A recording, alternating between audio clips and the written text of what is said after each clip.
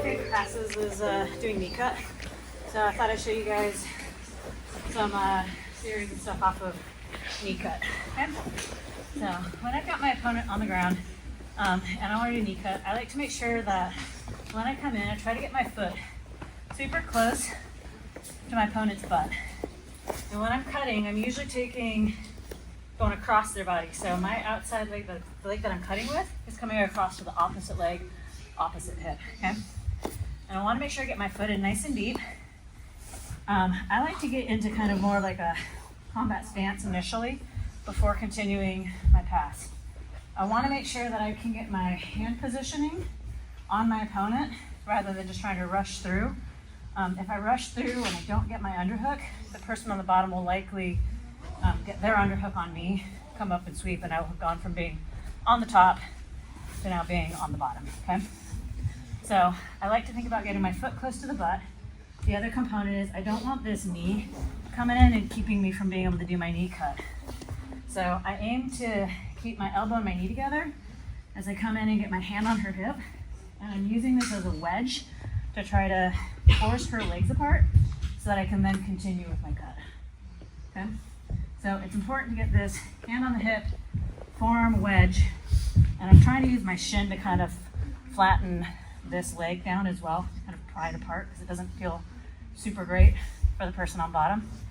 From there, I'm aiming to try to get this hand into their armpit, and I would love to ultimately end up in this armpit space. So my goal is to eliminate both of the arms. I don't want her being able to use her arms to regain her guard. So I'm gonna go from here. I'm going to shoot this hand through. If I can get a good grip on this, this would be fantastic if I could get her tricep.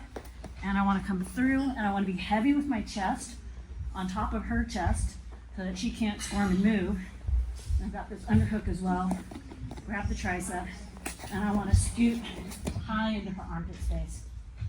I've got this arm pretty trapped, so Cindy's trying to get this elbow back. Currently, with how I'm positioned, she's gonna have a really hard time getting this elbow back, okay? So I've got my underhook, I've got my leg underneath her same side armpit. She can't get this back.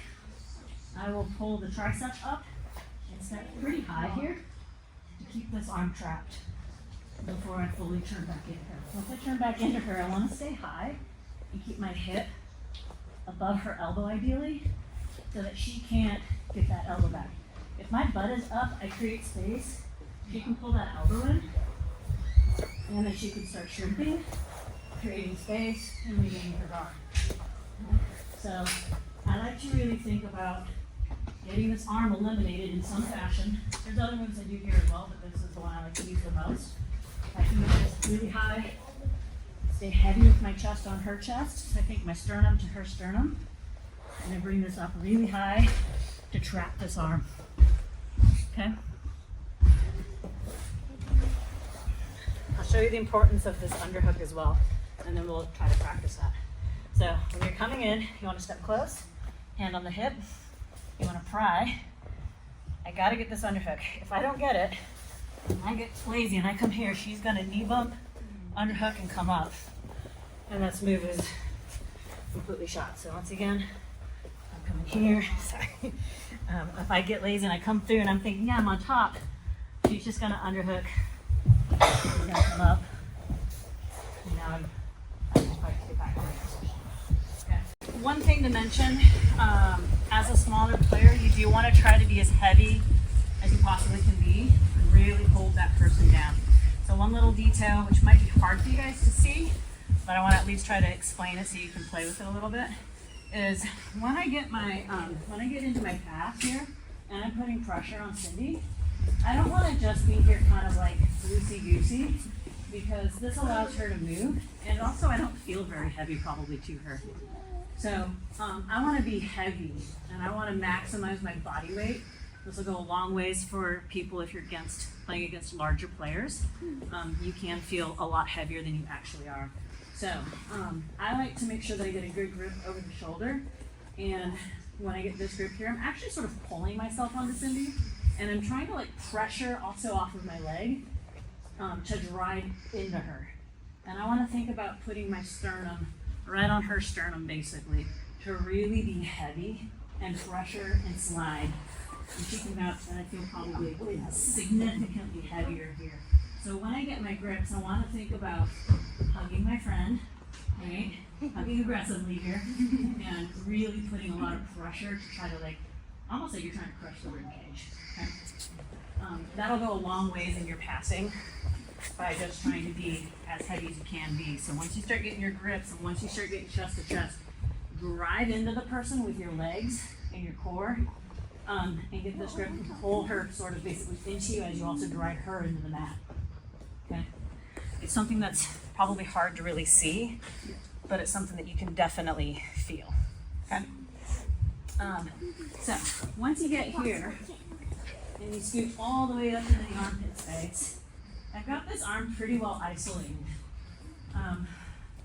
One of the moves I like to do from here is I will continue to use this top leg to take this arm across her body and capture the wrist.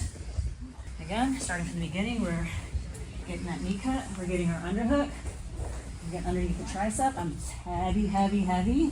I'm scooting all the way under her armpit. I'm trapping this knee, or not knee, trapping her elbow.